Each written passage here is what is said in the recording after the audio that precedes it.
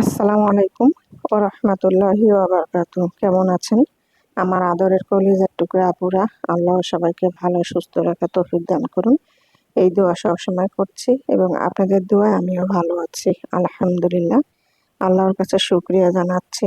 আপুরা, এখানে আমি দুইটা ছোট ইলিশ মাছ আমি নিয়েছি। আমি আজকে ইলিশ মাছের ফ্রাই করব। তো এখানে আমি সব রকমের মশলা উপকরণ দিয়ে আমি মেখে আধা ঘন্টার জন্য ঢেকে রেখেছিলাম। তারপরে আমি এটা ভিডিওতে দেখাতে পাই নাই, সরি। তো একটু সমস্যা ছিল, এই জন্য আমি ভিডিওটি দেখাতে পাই নাই। তো মশলাগুলোর মধ্যে আমি সব কিছুই দিয়েছি, ফ্রাইতে দিয়ে আমি মেখে আধা ঘন্টার জন্য রেখেছিলাম। তারপরে চলুন এখন ফ্রাই করানো যাক।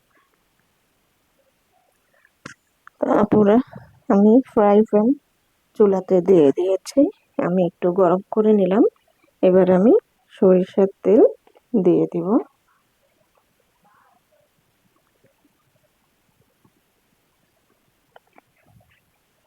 বেশি সরিষার তেল দিব না, হালকা ভাবে দিব, কারণ ইলিশ মাছ ভাজতে গেলে অল্প একটু তেল হলেই চলে।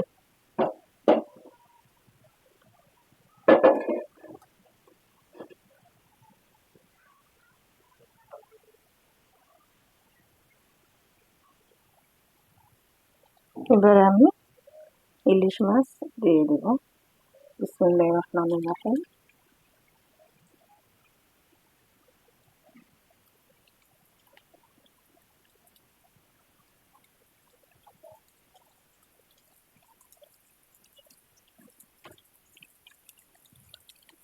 খুব হালকা আমি চুলার আঁচে আমি ফ্রাই প্যানটা করে নেব। বেশি জোরে জালটা দেওয়া যাবে না, চুলার আঁচটা একটু কমিয়ে নিতে হবে, তাহলে আস্তে আস্তে মাছটা ভিতরে সিদ্ধ হবে এবং সব রকমের মশলাও ভিতরে লবণ টবণ দিয়ে খেতে মজাদার লাগবে।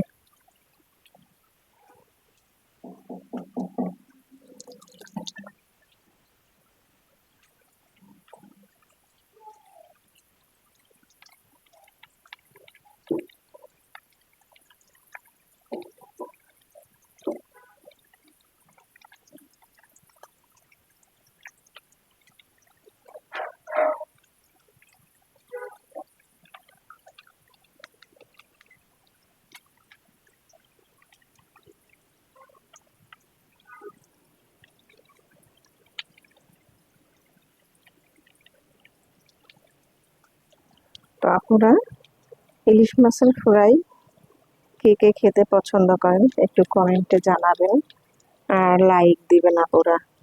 আমার ভিডিওর পাশেই সবসময় প্রতিদিন থাকবেন। বিকাল 4টা বাজলে আমার ভিডিও আপলোড হয়ে যাবে, আপনাদের সামনে হাজির হয়ে যাবে। আপনারা শুরু থেকে শেষ পর্যন্ত ভিডিওগুলো দেখবেন।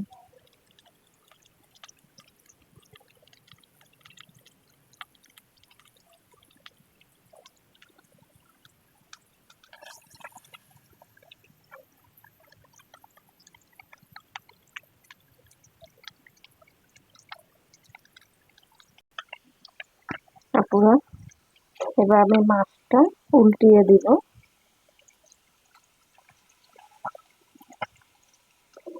এই দেখুন কত সুন্দর। আর এই ফ্রাইটা খেতে আপুরা অসম্ভব মজাদার, আপনারা এইভাবে ফ্রাই করে খাবেন।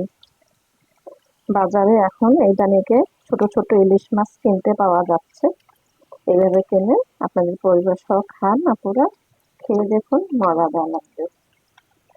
আর অনেক জোরে চুলার আঁচটা দিবেন না, হালকা হালকা ভাবে দিবেন, ফ্রাইটা খুব সুন্দর হয়ে আসবে।